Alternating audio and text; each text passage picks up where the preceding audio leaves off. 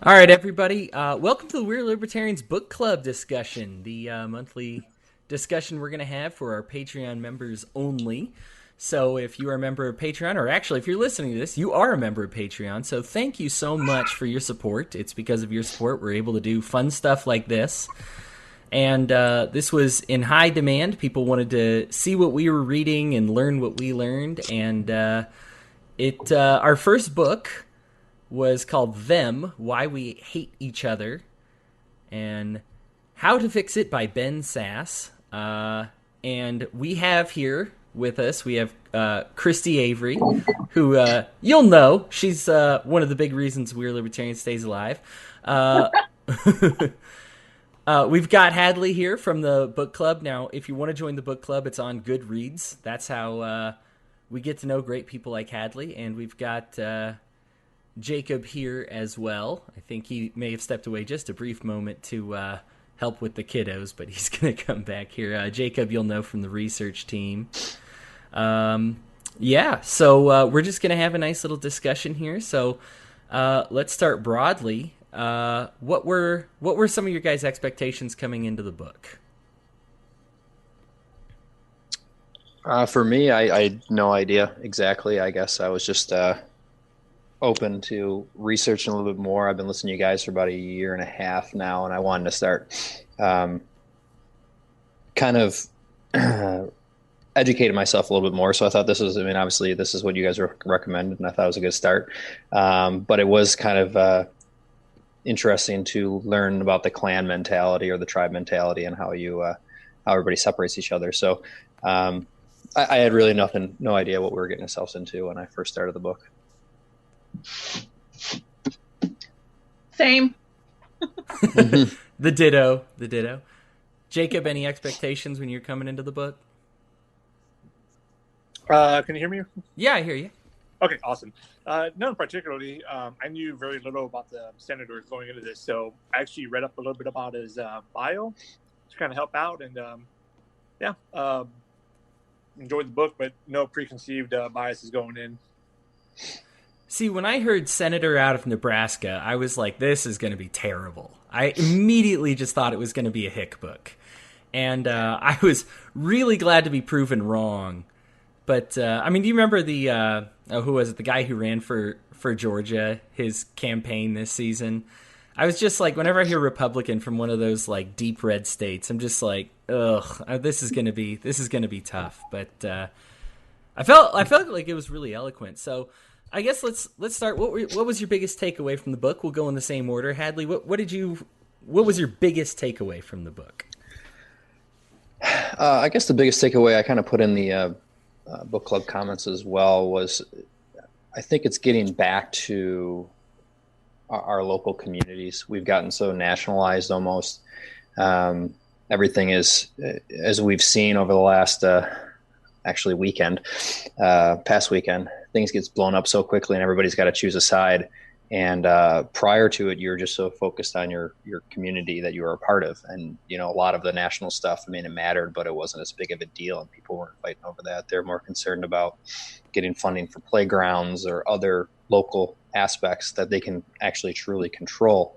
And I personally have been off of Facebook for, I think, a year, somewhere in there. Every once in a while I'll pop back on, but getting rid of that distraction of social media.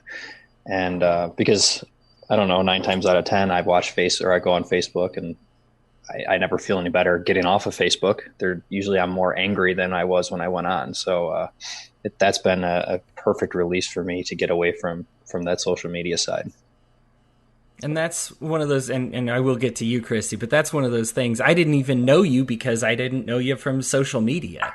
Like that was any more real than anything else. But then we put up this book club and you found us, and obviously you're a real person and you're a participant. And so it's like, oh my gosh, I can actually meet people outside of social media, like that I have common interests with. Like just not one of those, I think in my millennial brain, just not one of those things that I'm used to doing. So, okay, go ahead, Christy, your biggest takeaway. I didn't make it to the end of the book, so. That's all right. Biggest takeaway so far. Just cutting yourself away from social media and trying to connect with actual people instead of just people on the computer, which all you guys are just images on the computer. So, so do as we say, not as we do here. But yeah, exactly. How about you, Jacob? Yeah, I thought the biggest key takeaway for me was he spells it out about how we're becoming, part of a team, and all of a sudden, it's your team against their team, and he kind of puts in some words that kind of really spell it out. It makes a lot of sense as you're reading it. When you kind of went through the first third of the book, you really have a hard time disagreeing with anything because it was pretty generic in the first third, where it's like, hey, look, we're divided, and I think 95% of people would agree with that.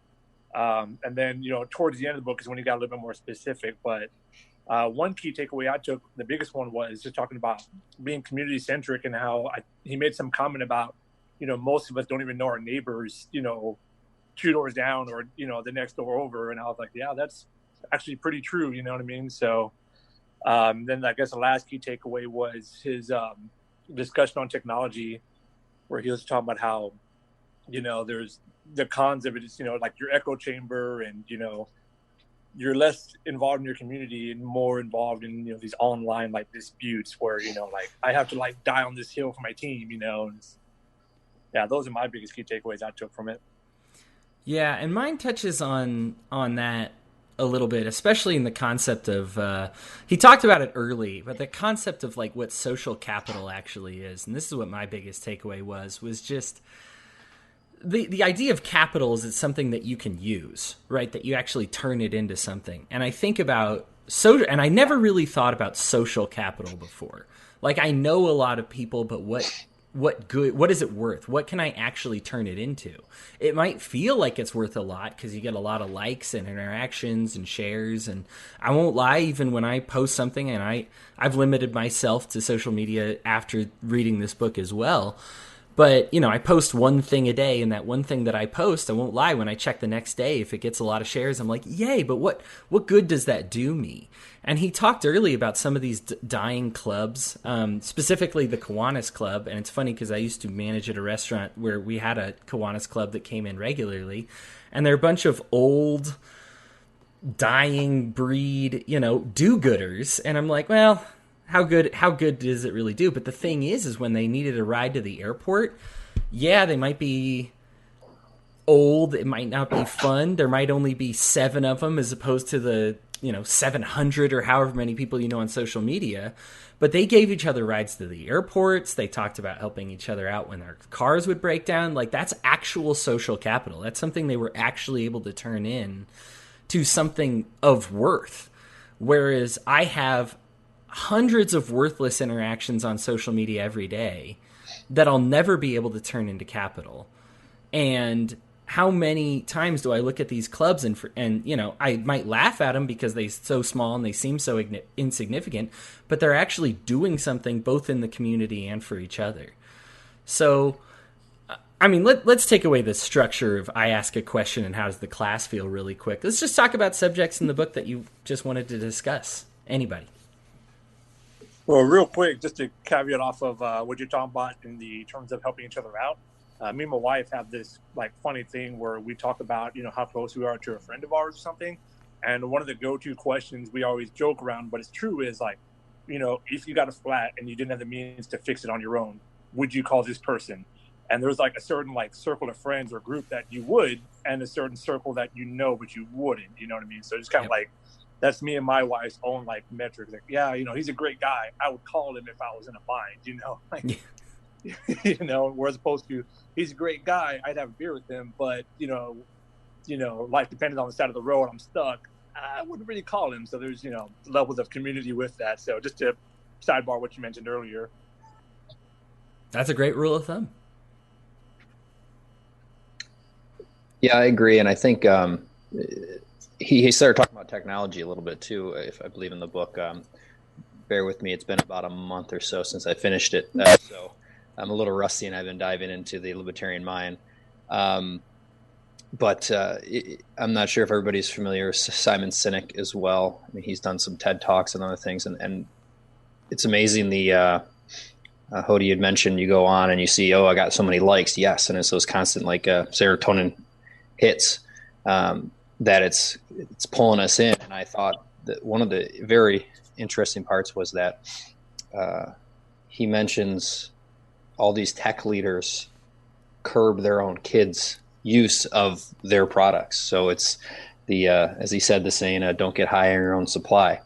So they know what they're pushing is bad, but obviously it's like, well, it's good for certain parts of it. I mean, obviously WAL's built itself up and other areas, but I think that there's that underlying undertone of that is it's really bad. So for those that haven't seen, I think watching Simon Sinek is really good and talking about it. And he was also talking about, we got these we go to dinner with people, and we're supposed to be interacting with them one-on-one, and we keep our cell phone right on the table and keep checking that like it's more important than the people around us.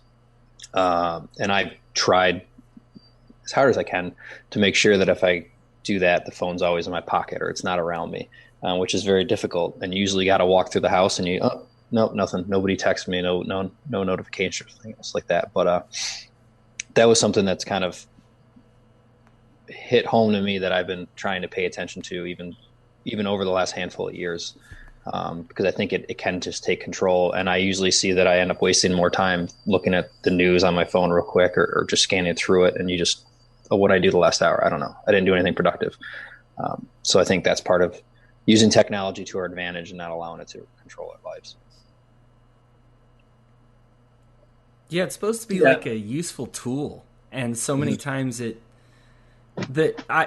use the use for it like 1% of the time, and then 99% of the time you're actually wasting time with it, as opposed to like using it as the tool like it should function as. I mean, have any of you guys made like changes since reading the book? I mean, Hadley, you were kind of already on top of the social media thing already going into the book, but is there anything any of you guys have done since reading the book? Because I know I've made some changes. No, nothing I wasn't already kind of working on. So it was just kind of like a good like validation of like, had they talked about the using the phone at dinner, we've been trying to like cut back on that a lot. Thankfully, we started right before the book. So it was kind of like, okay, like I feel, like it was a good, like, you're in the right direction. It, not that I'm good at it. I still am terrible, but it was a good affirmation on that. The biggest reason why I try to use the phone less and less is because something that kind of stuck with me last summer was when you talk about using your phone or just kind of like acknowledging who's around you, kind of tying back to the community and the technology. When you think about having dinner and you're distracted, not giving the attention to your wife or, your parents or whatever, like imagine yourself, 20 years from now, how much would you pay to have that like dinner with your dad or mom again? For many people, for like me, my dad passed away, it'd be priceless to have dinner with him again. So, if it's priceless 20 years from now, then act like it's priceless now. You know what I mean? Like that's kind of what hit me the most. And, kind of just going Hadley said about, that phone and that community, like, hey, like, put it down, talk to those around you. Even if, trying to build that community, like if you're out somewhere by yourself, don't pull your phone out, have a conversation with somebody in line about, whatever. It doesn't have to be anything crazy, but, the little things like that, but it's just kind of an affirmation, I think, for me. Yeah. Christy, I know you're shy. Do you got anything to add? Something that I'd been thinking about for a while is attending local meetings in the area. And I went to like a community-wide neighborhood association meeting the other day, and it was really very interesting. And, I can see how they struggle to get more people involved with the group, but there were a lot of people that showed up. So that's encouraging. I'm not ready to put my social media aside. So I do try to limit it when I'm, out to eat with people or stuff like that, but I don't do that very often, so it's not a problem. But so you brought up two things that I really wanted to get in depth. One is having real life interactions as opposed to social media interactions. And that's something that I don't want to downplay communication through social media. There's a reason it exists. I still believe social media is a tool. Obviously, WAL still uses it heavily. we are so we are so able to outreach through this social media. However, the majority of our outreach is people doing it for us and sharing it for us and saying, hey, you should really check these guys out. This really improved my life. And that's like a positive interaction. But that's such a low percentage of how much social media is like important.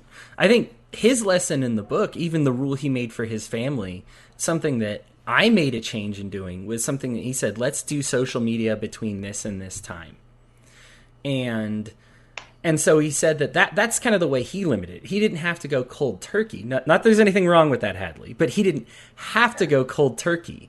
He just said, let's limit it between this and this time. You can get any quality interactions that you need to get out in that time. And then after the day, you're not distracted.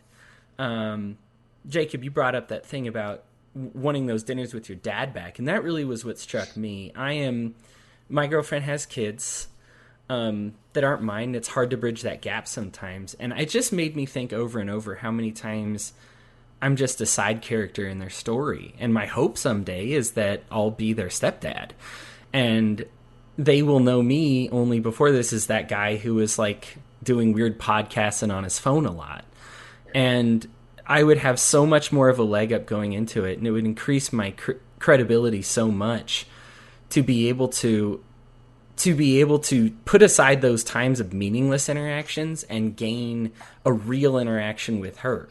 And it's hard mentally because I have 500 people that are viewing my things that I want them to... I mean, I have over 1,000 friends at this point, and 500 are probably pretty active with my posts, to say, like, what you said is awesome, and all that positive reinforcement that I get.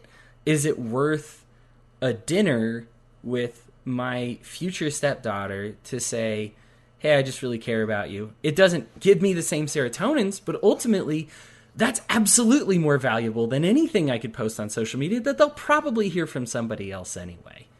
Sorry, that was a rant, but yeah, go from there.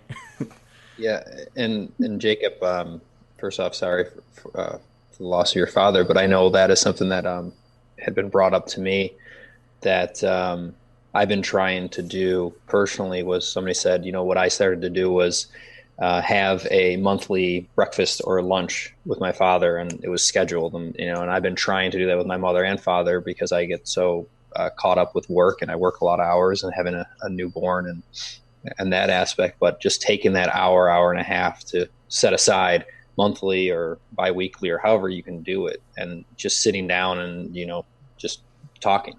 And the person that told me they started doing that, they realized that 10 years later when their father had passed, they had gotten this many more hours of interaction with them that they hadn't had before.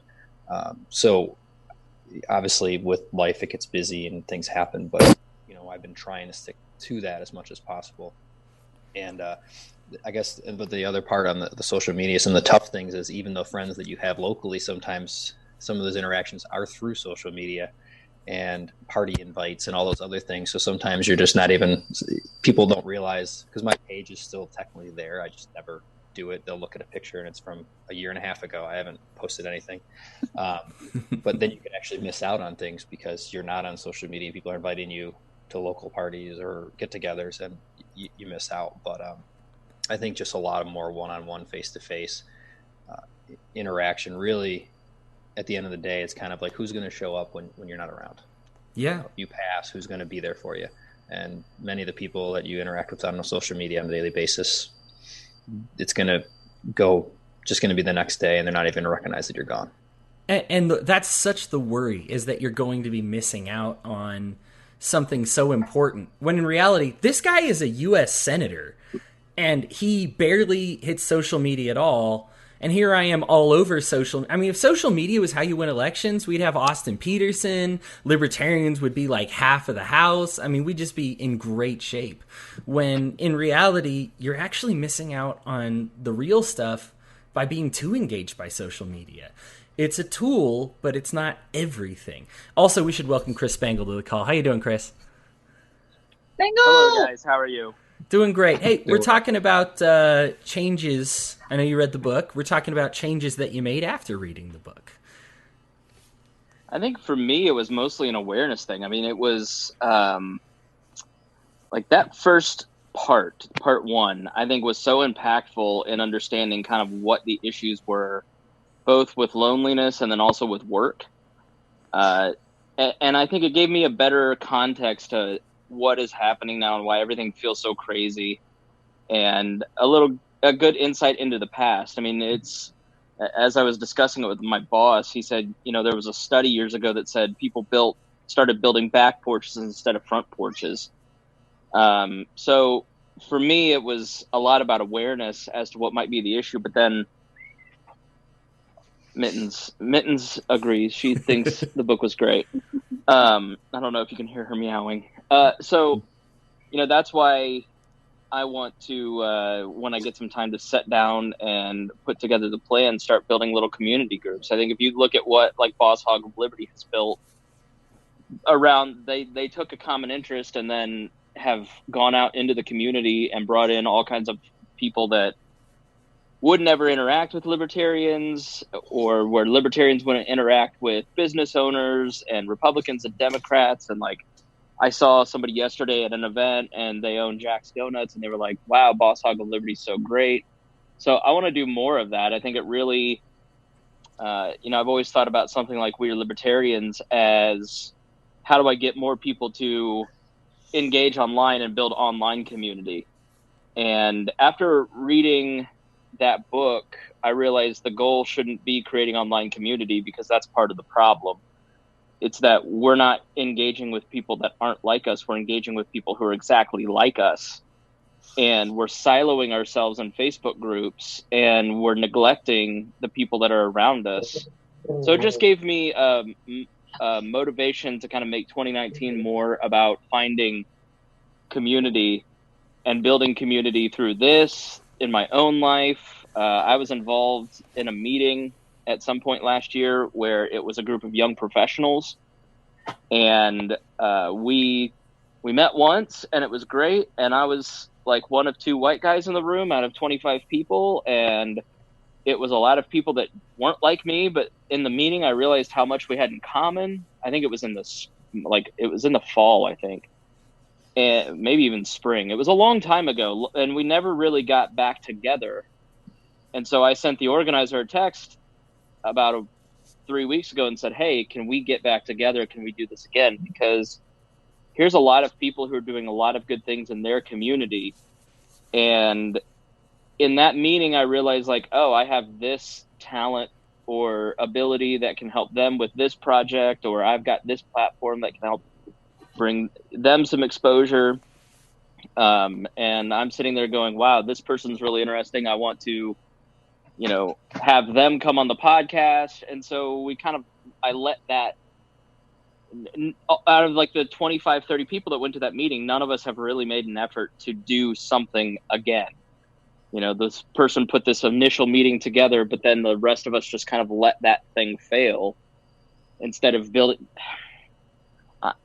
Anybody want a cat? Because I'm so annoyed right now. So it's very quiet here usually. And so when I start talking on the phone, Mittens gets very engaged, and she's irritating me. I'll put you in a community outside with the other stray cat. So like, that's a very real instance of, wow, there's a group of people that are in my city that are my age, that are doing cool things that I had access to, and I was just going to let that go. And I can take the responsibility to encourage the organizer to have a second meeting. And so we're setting something up for March. It's not something that benefits me in any way directly, but it's a group of interesting people where we could benefit each other by building some sort of coalition. So I've just been thinking more and more about my own life since reading the book. And, I think I have a pretty healthy social life, but I also spend a lot more time alone and a lot more time on my phone than I ever did before I got a smartphone. And I think this book was a good check to kind of go, hey, are these behaviors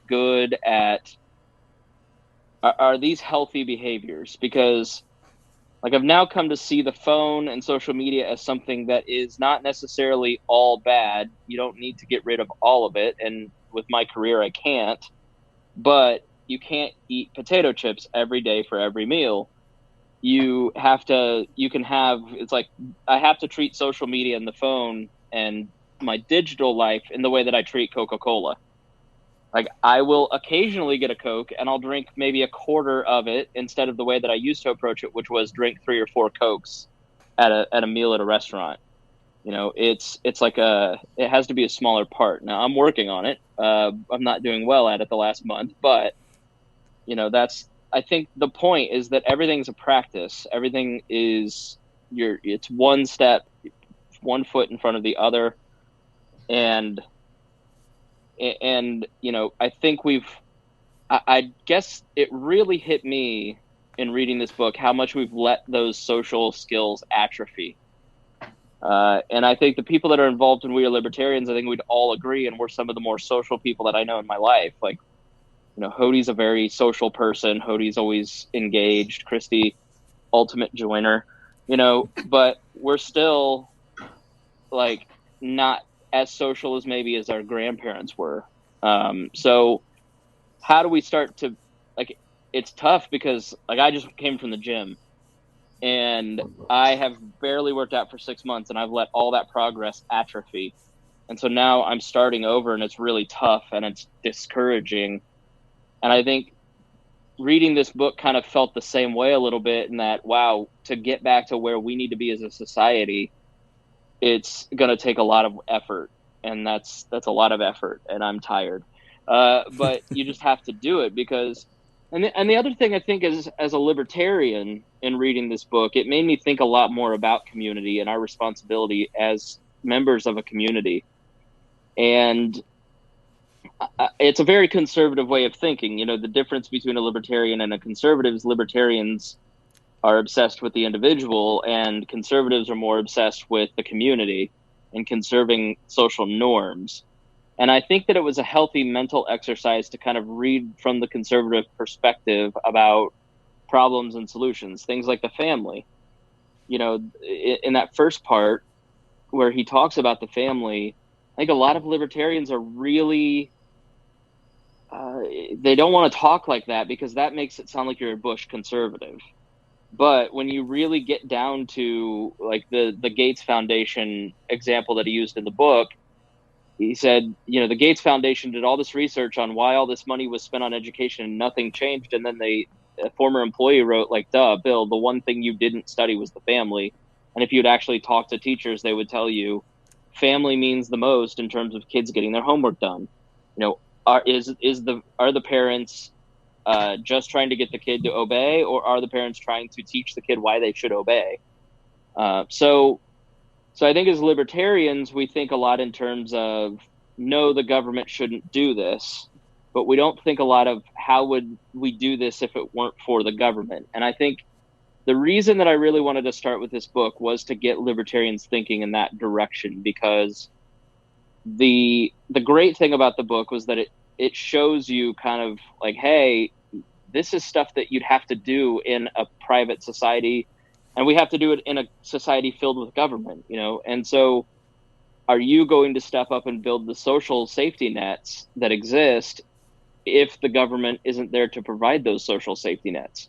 Because you can sit there and rail against the lack of the government's authority to do things like welfare or, you know, WICs or food stamps or whatever, but what are you going to replace that with? And I don't think libertarians have that conversation enough. And so that's one reason that I kind of wanted to start with this book intentionally, as opposed to like a very libertarian book, was just to show, hey, what are we going to build after this? So those are kind of my thoughts on, I re-listened to it. I didn't retain a ton of the book the first time around, but the second time I've been listening the last few days. I also really have thought about media. I mean, Hodie, I think you were probably more impacted by the media portion, you know, with Sean Hannity and the conservative media kind of taking that one little extreme behavior. And I really think the conservative media does a lot more of this, where they take that one crazy example and they blow it into a thing. And then all of a sudden the right is all up in arms over something that doesn't really matter because Sean Hannity is leading with it every night at 9 p.m. And so it's made me think a little bit more about how I approach conservative media, because I thought of it in terms of, well, this is good counterbalance. But now I think of it in terms of, is this important? Yeah. I'm actually going to have I'm interviewing tonight for the show a libertarian who considers himself a social justice warrior. And you think of the term social justice warrior and you automatically think of terrible people. Like, you automatically think of the extremes because that's what the conservative media has told you what they are. Like the girl with the bald head that was crying about over the hat. Oh my gosh. Yeah. Right. Like, she's such an extreme, and she's such a minority. Like, even among social justice warriors, she's an extreme minority. Like, or I guess she's not even social justice warrior. Among the left, or among people that don't like Trump, she's a minority. So you brought up something else. Well, you brought up a ton of things. We're going to turn this over to the group. One thing that I wanted to mention, you even talked about in one of your episodes about some of the monuments in Indiana and how they were built but without the government, built through all these groups, built by people that were involved with their communities. We could take away government. That doesn't mean we fix the culture that will all of a sudden start building these monuments back, that'll build these amazing architectural structures back, because our culture just isn't in a place of community. So we keep attacking government. And I like that this book, even though it's written by a center, really goes after that culture, that you need to establish this first, because I think, and I know it's not a libertarian who wrote it, but as a libertarian who wants to downsize / get rid of the government, I need to understand that our culture needs to get in a place where we would be able to handle that first before they'll even accept changes like that. So is there anything, Chris said a lot, guys. Let's have your input on some of the things that he said that you thought was impactful. I think part of it is, and that's one of the things that attracted me to WAL, was where we are socially now. You know, going to and bear with me, I'm pretty new on the libertarian idea, and Libertarian Mind is a great book for that. So I've really been enjoying that. But to go from the society we've built to this point in time to a libertarian society, it's just so far to go. So I think, and Chris, thanks. I know that you kind of chip away at it, that it's we can't make that change all at once. There's got to be little things. So I think getting back out into the community, if we just cut bait on the government and go back and fall on the community, where are we going to go? There's so much that we rely on from the government, from every little aspect. So it's really building up our communities and getting out there and becoming, being the change that we want to see. You know, I think that's one of the things that I try to live with on every day is you can only control so much. And the one thing you can control is you and your response to anything. So, you know, be the change that you want to see. And we have to slowly build it up from there. Yeah, Mance Raider had a tweet that I saw today where he basically said, do any of us think that if Venezuela had a vote today that they wouldn't choose socialism? You know, even after what they've been through. And I don't know that I totally agree with that, but I think his point is well taken in that if we got control of everything, let's say the collapsitarians had their dream and society collapsed, like, do we think that the modern society wouldn't just build, like, when you have radio talk show hosts like Michael Smerconish saying, I think is national service a good idea? And then people on my Facebook wall are all going, you know, it probably is a good idea for us to have a national service. Well, that's the direct opposite of what the founding of America was about, you know, where you own your own body, you own your own time, labor, effort, and you are not controlled by the king. You know, but we have this conversation in America where all of a sudden service is popular and you should be mandated like a draft to participate in these projects. It's just crazy. So you have to change the culture. You have to change people's hearts and minds before you can change the government structure. We've seen that with gay marriage. We've seen that with civil rights. When the culture changes, through persuasion, then the government follows. And so if we can, that's part of why I started the podcast originally in 2012. I'd been so frustrated by how poorly I was doing as a political operative in changing Indiana to be more libertarian, that I wanted to start a podcast that would help me do that. So it's really the only way that we're going to really do this is by building communities, talking with different people, and getting them to go. I think, the podcast that I just did with Alan Frank, like, that's going to a new community of people and giving these ideas that they find revelatory or that challenges them. And then all of a sudden they go, maybe I'm more libertarian than I thought. I didn't really know what that was. So by being engaged in our communities, we're going to make big changes. It's our HOA. There's a meeting you can attend any month that you want to. Of course, the people in charge of it themselves, who will always want the fees to be higher, always send about 5 people.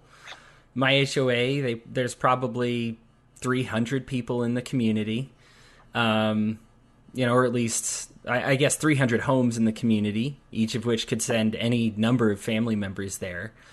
And if they put it to a vote to increase the fees, and if more than 5 people from the community show up and they're like, I'm sick of these fees increasing, which we all are. Anytime you check our HOA on social media, you'll get hundreds of complaints about them. But the one meeting you had to show up to get the fees down, you didn't show up to. Like, it's that much, like, it's so easy. And I get it to stay home and whine about it, but then to go actually out and fix it. The one thing you had to do was just show up to this one meeting, and it's like me. And I get outvoted 5-1 every time because I'm the only one who shows up from the whole thing. So my community can't. Why do you think? Let me ask. Like, why do people not show up? Like, I don't buy the whole they're just busy thing. Like, people are just busy with their lives. Like that's a bullshit excuse. Like, I don't understand why people don't take that very simple effort and show up at a meeting like that. If they're all that mad, like, why don't they? Like, what do you think the cause is? I feel like they don't feel like they should have to. They feel like the fees should just go down and they should not have to do anything. And maybe philosophically they're correct, but that's just not the way the world works. And I think it's that detachment from reality, personally. I think it's those that show up are the ones that get things done. I mean, it's easy to stay home, to get up and sometimes get out and do things that are uncomfortable. Personally, I'm kind of an introvert. So even going to, for work to different events and stuff like that, it's not, I guess, fully enjoyable, and it's draining on me a little bit, but that's how things get done. You can't, the more and more you complain about things and don't do anything, I mean, it doesn't really go anywhere. And then, I don't know. I think a lot of it is just kind of showing up to begin with and getting out there, because it is easy to stay home and complain. Is it insecurity? Is it laziness? Like, I've always wondered if people don't show up because that social anxiety of showing up to a place that you don't like, going to a city council meeting, you don't have friends there, you don't know anybody there, you're going to feel weird sitting in the audience. Like, you think everybody's paying attention to you, but they're not. Like, I've always wondered if maybe it's the anxiety of it that is really what is keeping people from joining things, which I also don't find to be a valid excuse. Like, maybe it's part of that atrophied muscle where people are just not able to push through that anxiety of it. That's one thing that I thought maybe it could be. I would agree with that.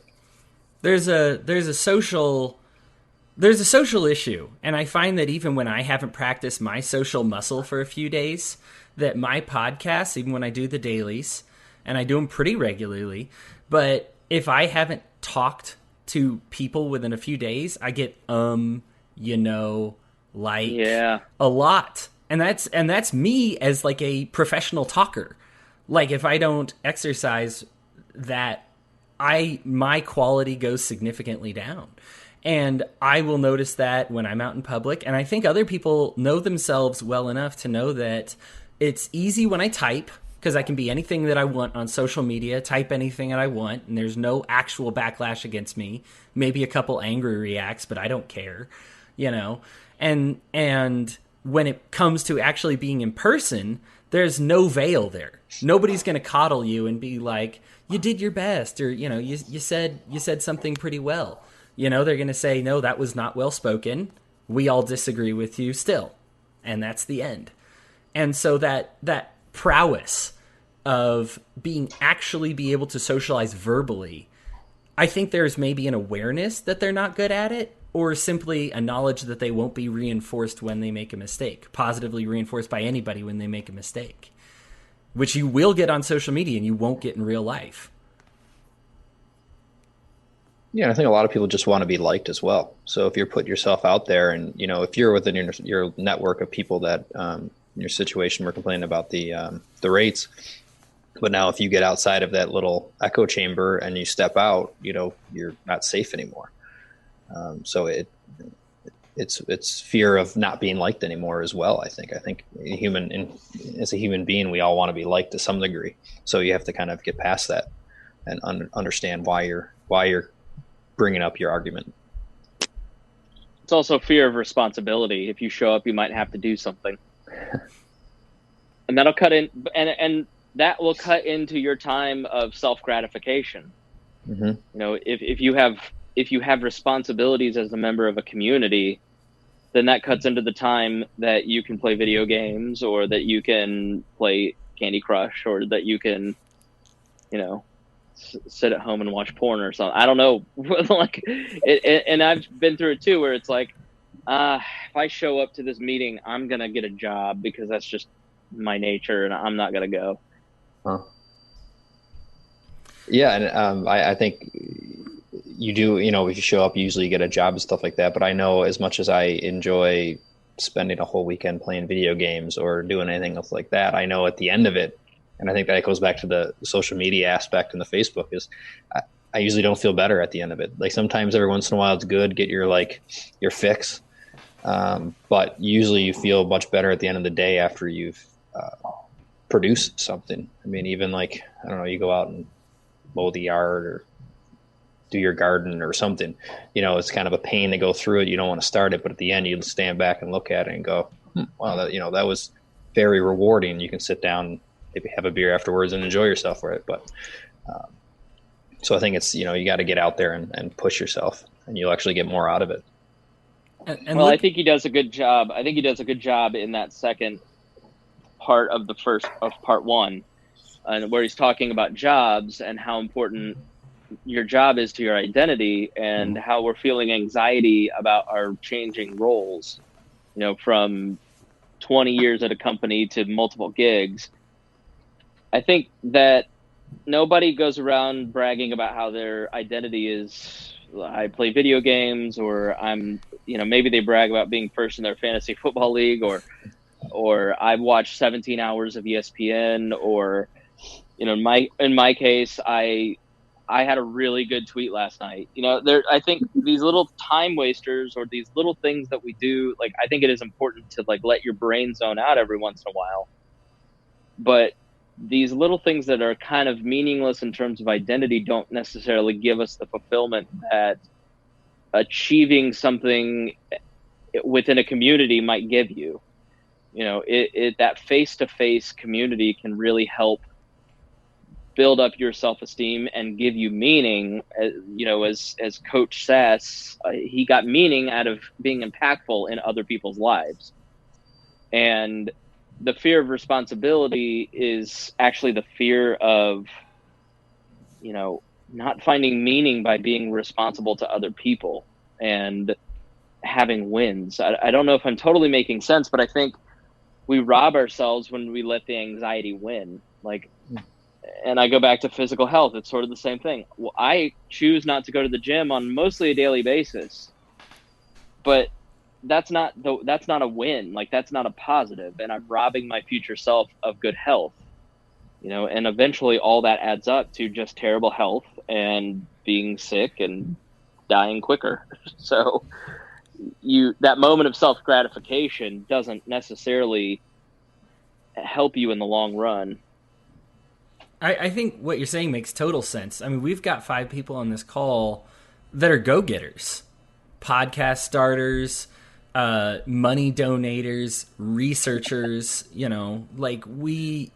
it's impossible for any of us to be involved in any group and not be considered integral to the plan of whatever that group wants to achieve.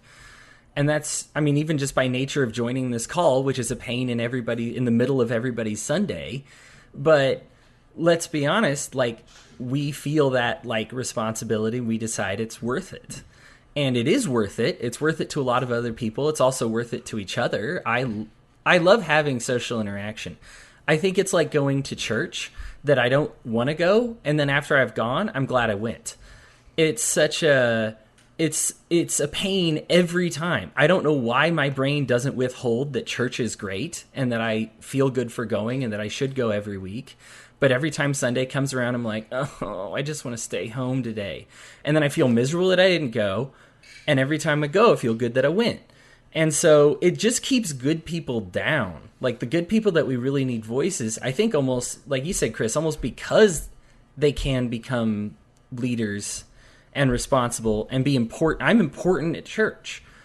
But a lot of times the baser side of me wishes that I wasn't important at all.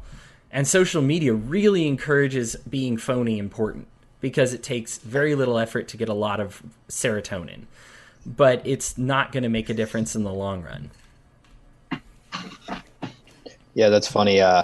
So my wife and I, we've made the decision that we've asked all of our friends not to take a picture of our son and put him on Facebook. We just don't want him, if one day he wants to create a profile or whatever and do what he wants to do and put himself all over social media, that's his decision. Obviously, we'll see how long that lasts. He's only 8.5 months right now, so somebody will slip. But we've had to ask people to take a picture down. But it's funny because that serotonin, that little hit you're talking about, my father came into me the other day, said, oh, my sister also had a child. Oh, we put up a picture of my granddaughter and I got over 100 likes by the next morning. And but you can't put your picture up. I'm like, it's fake. That's not real. I mean, sure, you show a picture to somebody in person, there's a back and forth. I mean, but sometimes somebody can just come through and be like, ooh, like. I mean, you're not really getting anybody's true attention. So, but I've seen him, somebody that's as Spangle likes to beat up on a boomer, wouldn't even want a smartphone and to text. And then now it's his face is like in it all the time on Facebook and doing all the things like that. I'm like, oh my God, the thing that you used to beat us up about, now you're 10 times worse than a millennial is, or maybe not Gen Z, but it's interesting. Yeah. It is weird how you can take a picture and not post it online. You can keep that photo forever and it stays a photo even if it doesn't go on Instagram. It's the craziest phenomenon. That's fake news. Yeah. Do you guys remember I know Louis C.K. has fallen out of everybody's good graces now, but where he said you can take a video of your a kid's school play for 5 seconds and then do half an hour of just videotaping your own butthole. And nobody actually watches it, so everybody will be like, cute video. I really liked it. Oh, your daughter, your granddaughter's so cute. But they don't view it, and the sad part is it's kind of true. They read the first sentence of a long post, and they'll be like, if I agree with it, I'll hit like or heart. If it seemed funny, I'll hit laughy, I guess. But they aren't really engaging you. Jacob and Christy, I hate to call you guys out, but... No, we don't. But you're so shy. We need to hear from you guys. You're both brilliant. I am so hurt. I've been holding so much back. All right. Content over here. Let it go. Let it all go, Jacob. Do it. I was going to follow that up with Christine. Go first, though. Okay, I'm ready. I'll give 2 comments and then I'll buy Christy about 30 seconds. All right. To think of something. The first one I thought about was a little bit of what Jordan Peterson was talking about before with was brought up about bringing up goals and all that good stuff, he brought up a good point in one of his lectures where he said, the danger of outlining a goal is because you've kind of set up the parameters that define your failure. So like, setting a goal means you now know what it means to fail at that goal. So that's maybe, that was my kind of thought on that piece. The other thing I was going to bring up, it might have been about 4 or 5 minutes ago now, but I'm going to mention it anyway. We mentioned about the government and, people's mindset towards it and that kind of the community. It was kind of like something Hody posted on Facebook a couple days ago, but I'll go and kind of like rephrase it to how I interpret it. Most libertarians understand that, like the government writ large is like the problem, right? But the real problem is the government is composed of people that believe in the purpose and the mission of the government they're in. So you're not going to convince, somebody that's, serving a position out like, hey man, your department shouldn't exist or whatever, at that macro level. It's going to take a little bit more of that face-to-face, type of dialogue that, that we kind of do. I mean, I'm definitely, I think we talked about this before. I'm more of a limited government, super small type government guy. I want things more locally managed, privatized, all that good stuff. But at the same time, nobody's going to accept that unless they have that mindset that's willing to accept that their community can handle the problems.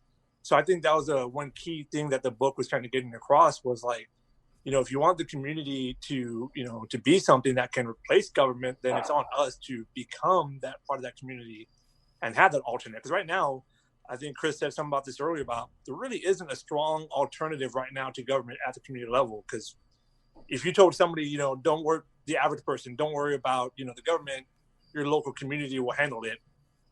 9 out of 10 times they're going to be like, okay, like we talked about earlier, I don't even know my neighbors. So how do I know, they're going to have my best interest in mind. So that's going to take a lot of groundwork really to change that culture to where people have the mindset that they can be willing to say, okay, I trust my community more than government writ large. Because the government writ large is kind of like the easy button answer.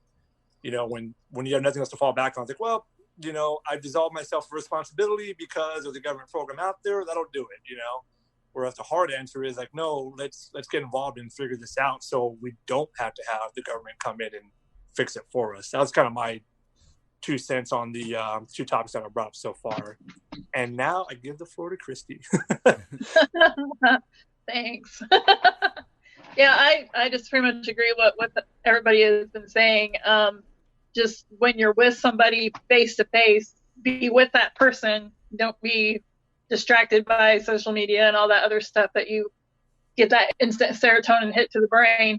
I went to a basketball game with my brother recently last Saturday. We drove through some horrible weather to get there. Thank God we made it there and back in time without killing each other. But he doesn't have Facebook. He doesn't have the internet or anything like that. So I don't really keep that close in touch with him. Of course, the brother that does have the internet, Facebook and all that, I really don't keep that close in touch with him either. So I guess one way isn't better than the other, but it was nice just to spend that time driving the 2.5 hours to Indy and back and sitting in a basketball game and having fun. So I think just when you're with somebody, you're with that person, you don't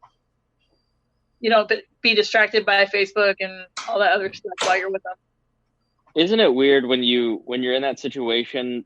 It's like you have so much in common because you came out of the same birth canal, but there's also this awkwardness where you don't quite have like I have this with my siblings. It's sort of like, how are you? Good.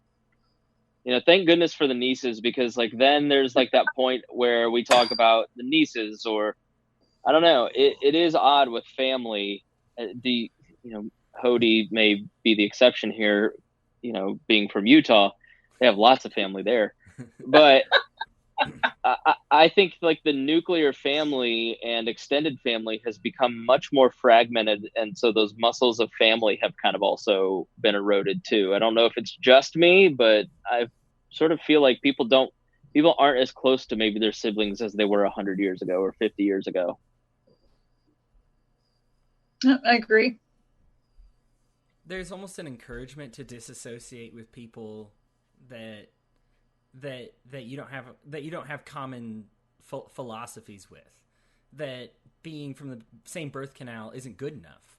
You know, that's just some chance, and, you know, why care? At least friends are people that you chose to be with. Your family's just something that you got stuck with or that you had to be with. And I think that that's really a toxic mentality, but I think it's something that gets around because people can validate it philosophically. I think for me, my favorite part of the book, and I don't remember, maybe one of you guys will, who was the other senator that it was a Democrat that he was hanging out with in overseas? And he said about that senator, we disagree on 90% of the issues, but we got along fine. We went over, we had an overseas trip talking about peace in the Middle East, and everything went fine. And everybody in both of our Twitter feeds was talking about how we have to hate each other and expecting us to come to blows at some point.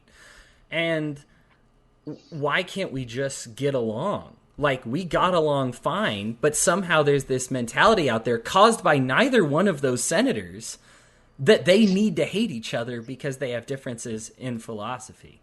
I think that those get ironed out with friendship, with family, with community, as opposed to saying, I'm only forming a community, a family, a friendship with these people that are my philosophical equals.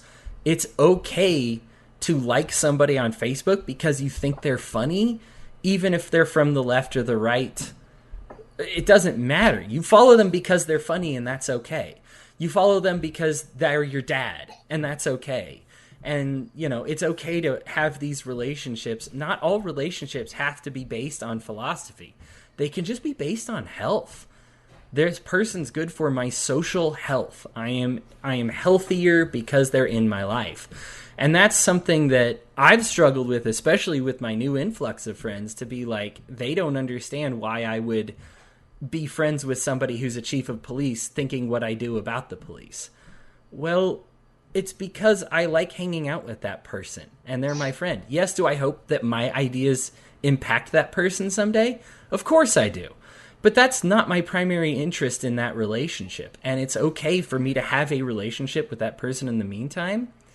And if philosophy comes up, I'm not going to back down. But that's also not why I have that relationship and that friendship right now.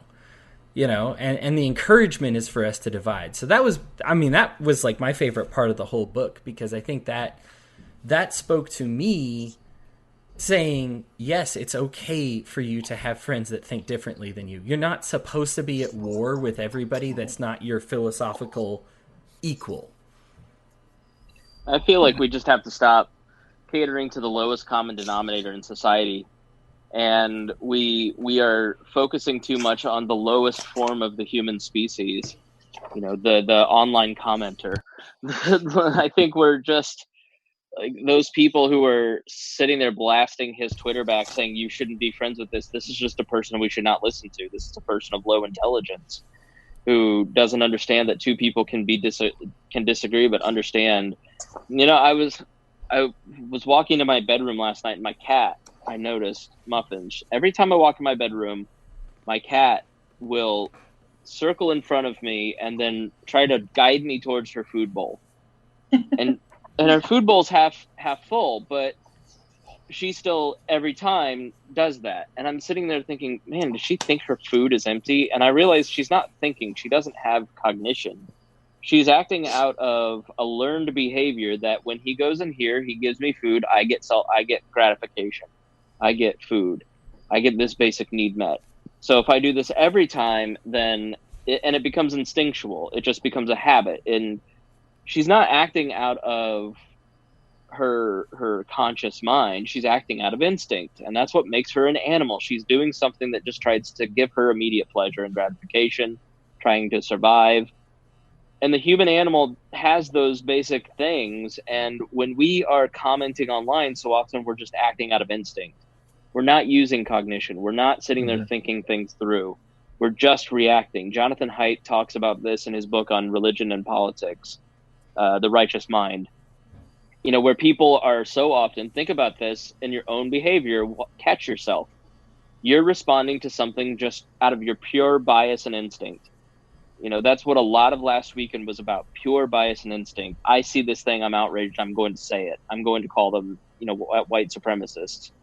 instead of having a cognitive moment and going, well, man, this doesn't make sense, And so if you're better than a cat, if you're smarter than a cat or an animal, I just so much of what we're doing is just we're acting out of instinct and fear and trying to get our needs met and immediate pleasure. And social media just it's like that thing today where I was on Rob Kendall's show and I was talking about the local media, and I have a different perspective than a lot of people, and I've worked in media for 15 years, and I had the guy that I was talking about, I had a conversation with him last week, and this guy just he just commented back, like, what does a libertarian know about media? Now that guy is just a Republican boomer who doesn't know shit about me, didn't listen to the thing. He's just acting out of what? Just an instinct that this person isn't in the right tribe, so therefore how would he know? And it's just, he's just being a troglodyte. He's just being an idiot. And so I wasted 30 minutes on this guy probably today. I shouldn't do that. I should just go, this person is lowest common denominator. And that's the problem with a lot of social media. We've taken the comment section in the newspaper websites and the blogs, and we put it in front of way more people on social media. And you just knew 15 years ago, 10 years ago, you don't read the comments on the blog. You just don't. Mm-hmm. And we have to start saying, like, this particular person, I'm sorry, you're not a person. If you really think this, then you're not a person of value in society. Like, in terms of your voice, like, you deserve dignity and respect, but your opinion does not count. Like, if you are afraid, if you think, like Alyssa Milano thinks that a MAGA hat is the same as a white hood, this is a person whose voice should just be discounted from the public conversation until she really starts to think about what she's saying. Like, once she starts saying intelligent things, then we should listen. But until then, you're reacting. You're not actually having a thought. You're just reacting like my cat when I walk into my bedroom. It's why the NPC meme is so offensive to him, right? Right. Because it's so devastating. Yeah. You're just purely reactionary. So let's change it up a bit. We've had a lot of positive talk. Was there anything in the book that you disagreed with, or that you thought maybe you would word a little differently, or anything you just didn't like about it? Because we've had nothing but outpouring of love for the book, and I would agree. I think it's worth everybody's read, especially if you struggle with social media or understanding people. But is there anything that maybe you didn't like about it? I think it was brought up in the comments. He doesn't get too much into the fix per se. I think he shows the symptoms of what's going on. Although he kind of does close it up a little bit. Basically, you be the change. I think, as I kind of said earlier, you be the change that you want to see. But no, I think overall I enjoyed it and got through it pretty quickly. It was easy reading. I don't think he didn't. I think, which was smart on his end, if he's trying to write the book, it wasn't his political views. So he kind of kept a lot of that out. There's a few little sprinklings of it here and there, but it was kind of, this is something different than my politician side. This is something I'm seeing that I think is a bigger issue. Either you're liberal, conservative, whatever, it doesn't really matter. But this is a bigger issue that we need to look at. Yeah, that was a big reason that I liked this book and that I wanted to recommend it, is that it is not a political book. It is a sociological, historical, solutions-based book. It's from a definite point of view, but his point of view is not in a way that is, it's not like a Jim DeMint book where he's just derailing the left, because he never really gets into the left-right stuff. He's probably more critical of the right in the media chapters. Mm-hmm. But so, that's a big reason. There wasn't a lot that I didn't like about this book, and that's one of the reasons I wanted to raise it up and have people read it. I think for me, what you said, Hadley, the fix-it section was a little to be wanting. I'm not sure that that's unintentional. I think maybe the how to fix it title might be misleading, more like how to shut off the negativity as opposed to how to fix the negativity. It's kind of like how I because it's from the very beginning, he creates that example of the people who are yelling at him during the marathon where he's offering water to the marathon runners, and they're like, don't drink it. And he references it again at the end, and I'm like, so there's still no fix for those people. You just ignore those people. You just don't feed the beast. You don't feed trolls, which I think is kind of, I mean, it's good advice, but it's advice I'd heard before. So I'm like, oh, don't feed the trolls. Okay. And I guess for me, that was maybe my least favorite part. It wasn't that bad. It was just, I was really excited for, man, he's detailed so well what the problem is. Like, I was excited for all these nuances in fixing it, and his whole thing was just shut it off. Just be done with it. In some ways, isn't awareness the way that you fix it? I mean, that's part of it is seeing this going, oh wait, I'm lonely. I need to be in more community with people. Like, it's kind of a hard sell to say let's fix all of society. I think awareness is a huge part of the battle, and I think the second part is leadership. I think by like the Alan Frank podcast, I said to Frank, this is a great podcast. You guys are really being leaders by showing people how to have conversations about big ideas in a respectful way. That's leadership. You have to start displaying the qualities in the world that you want to see. I think that's a huge part of it, is that if you read this book and you go, wow, this is a problem, like the work section's a great example. There's no way that you and I can change capitalism. Like, we're not arrogant like Liz Warren or Bernie Sanders and thinking that we can change an economic system. We can only work with it. But being aware that you're probably feeling a certain way because of the gig economy, I think that in and of itself is a fix. And that's certainly a personal fix. I think it was like why we hate each other and how to fix it. He fixed the me hating them part. I just, maybe It was sky high hopes to stop them from hating us, like, yeah, how to stop them from being demagogues right back. And maybe there's not a fix for that part of it, but fixing yourself is certainly the most important part. I would describe this as a self-help book to anybody, yeah. It's a nitpicky thing. I mean, I'm only asking the question because we've spent an hour and 15 minutes talking about how awesome it is. So, like, if there's any little parts you didn't like, I know, and this is nitpicking again, but he does that. You know how, like, if you follow, especially, like, presidential election cycles, if you ask them a question about, like, welfare, they have one example and one sentence that's always, like, a go-to. They're like, I'm going to say this every time. I think having heard Ben Sasse before, he does that if you talk about a certain example. He references this "you're poisoning them" thing at the marathon, like anytime he talks about the divide between the left and the right. That's like his go-to.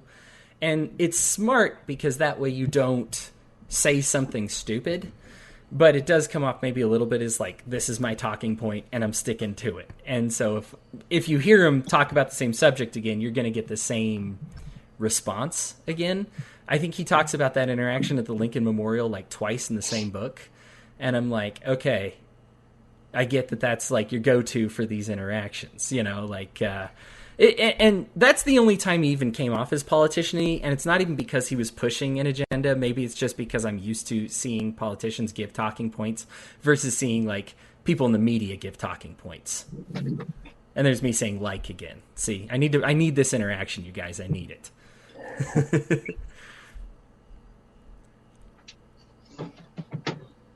But yeah, that's being way nitpicky.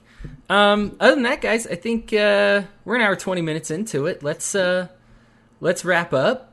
What do you? Let's talk. Let's go ahead and give a preview of the next book, The Libertarian Mind. Hadley, I know you've already started, so no spoilers. But what are you guys? What are you guys excited like 600, for? 700 pages, so I got to get ahead of this. Oh no, a slow reader. What are you guys excited for with the next book? I'll let somebody else start.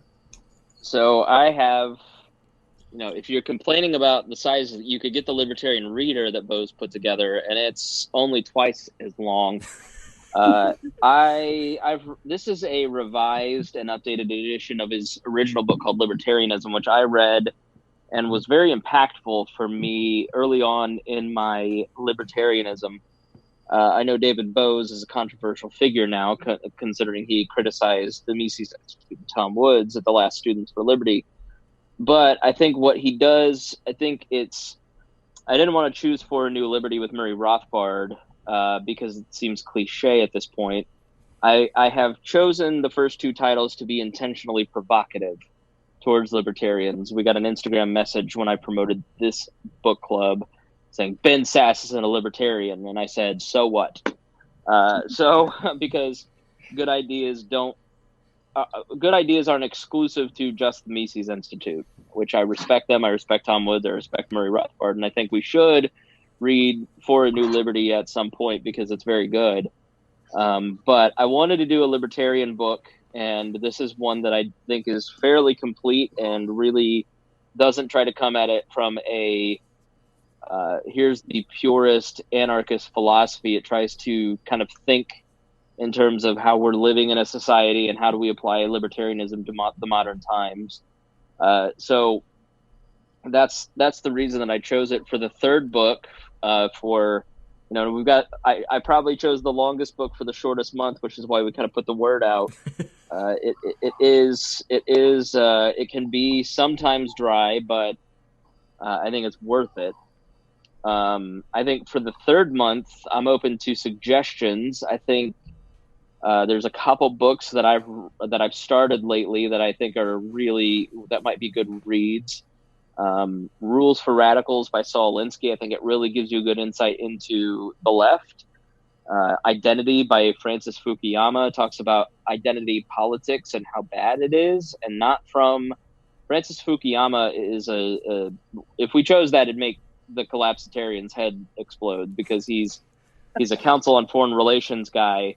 He's a globalist, but he's written a book saying this is how harmful identity politics is on both sides. And I've found that to be kind of interesting.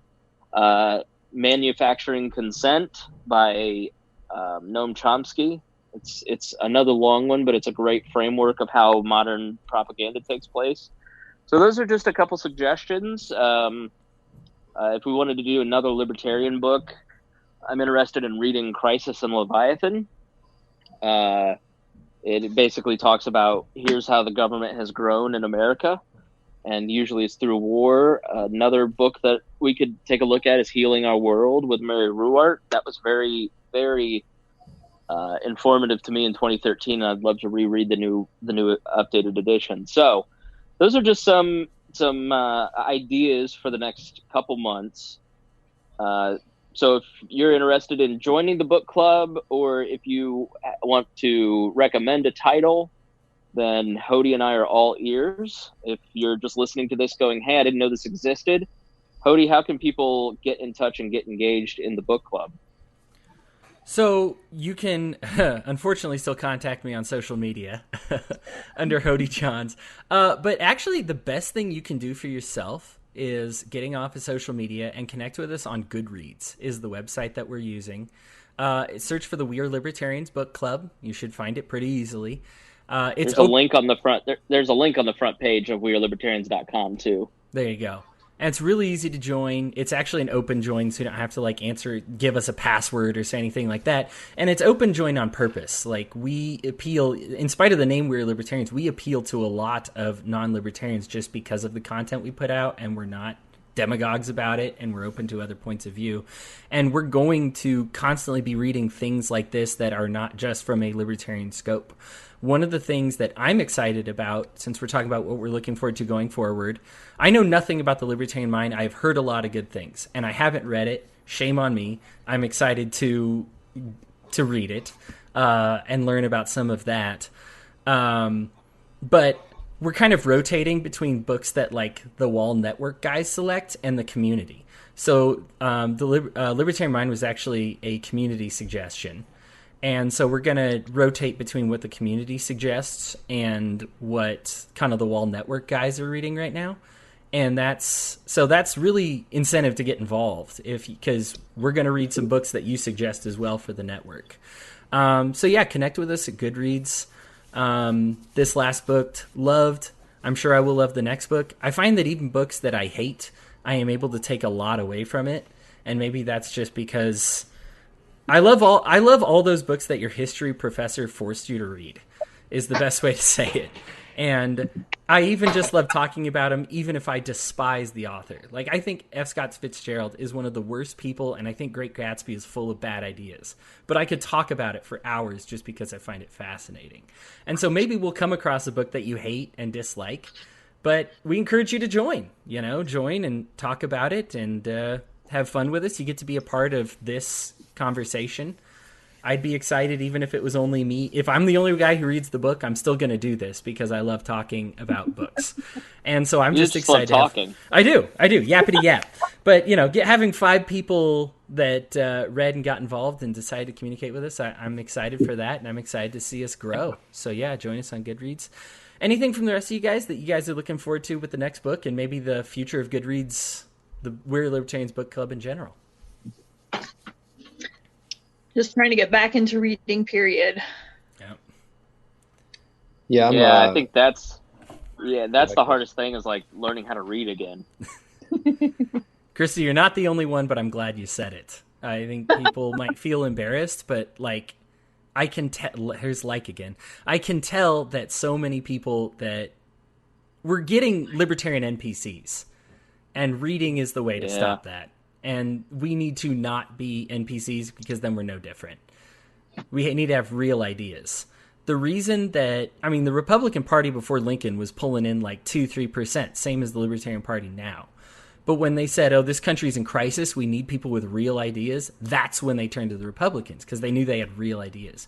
If we're NPCs, our ideas are no more valid than the Green parties, independents, socialist parties, communist parties, constitution parties. We just become the same mindless dribble. It's barely even a third party at this point. It could be fourth or fifth very easily. And so I think reading is one of the ways to stop that. Sorry to hijack it. Go ahead, Hadley or Jacob. No, that's good. I'm looking forward to it. Like I said, I think I'm about 125 pages into the libertarian mind at this point, and I find it very informative. Again, very new to even the libertarian thinking. I think as many people, Gary kind of piqued my interest, and luckily I searched a podcast on a Google podcast there and found you guys, so it brought me in. But learning more, and I do like the theory or the thought to read libertarian books, but also read different ideas as well, because you really can't formulate a good argument if you don't understand where the other person is coming from. So if you have your ideas and that's all you have, that's great. But if you don't understand where somebody else stands, and now I'm catching myself saying, Odie. Once you start, you're like, there's like again. Yep. Okay, just keep talking. I need to stop. So Hodie's infecting us with his basic white girlness. So at my end, I think it's really good, and it gives me a basis understanding of what really libertarianism is, because I don't think I've gotten a good idea from listening to the podcast on the views, but this is diving deeper into it. And I like that. And I hope, that's also piquing my interest of maybe trying to read Locke or other other thoughts. So, and it was kind of interesting. Now I'm not going to get into the book because I'm already partway into it, but I'm very much. Yeah. Save it for the fourth Sunday of next month. Yes. So I'm very much looking forward to finishing the rest of it and chatting about that, and wherever the book club goes from there. It's good to get me thinking outside of my normal work and friend environment and start challenging my mind a little bit. Jacob, you get the last word, man. Oh man, I'm honored. I'll try not to fumble or say too many ums or likes. No, I'm most excited just because most of you know that I'm pretty new to libertarianism in general. So that's the same reason I joined the research team, was just trying to get kind of that behind the scenes, outside of the normal narrative on what's going on. And so reading something that kind of helps me pin down what libertarian means, I'm really looking forward to getting into. One last comment I'll make, since people are talking about reading books and picking it back up again.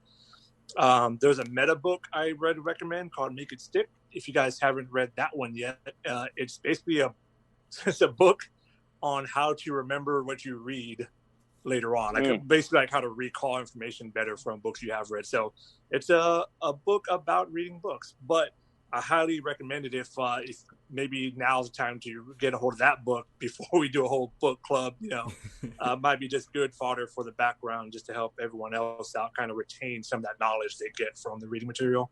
Other than that, what's it called? Reading it. It's called Make It Stick. I can send it to the group message, and then we can stick it on Goodreads or something. Okay, Make It Stick. Yeah, with like an orange Chip Heath and with the orange cover. I think so. I thought he was saying. I have a blue cover version, so does it have duct tape on the cover? Yeah. I got it for $1. The Science of Successful Learning. Yeah. I'll send you a message so we can put that one out too. But like I said, it's a book about reading books, but it helped me a lot for sure. So, but that's all I got. Awesome. Well, thank you all so much for joining and being part of this. If you're listening to this, it means you've already subscribed to Patreon. So we just thank you so much for your donation and allowing us to get together. Please join us. It's going to be the fourth Sunday every month. If you're reading the books, please be a part of this conversation. Fourth Sunday every month, 12 o'clock Pacific, 3 o'clock Eastern. And we'll talk about the previous book of the month, as well as we're actually going to decide pretty soon what the next book is for the month following. That way all of you boomer library people can have the book in plenty of time. Sorry, Christy. That was an unfair dig. But again, thank you all so much for being here, and look forward to seeing y'all next month. Bye. Bye. Thanks, everybody.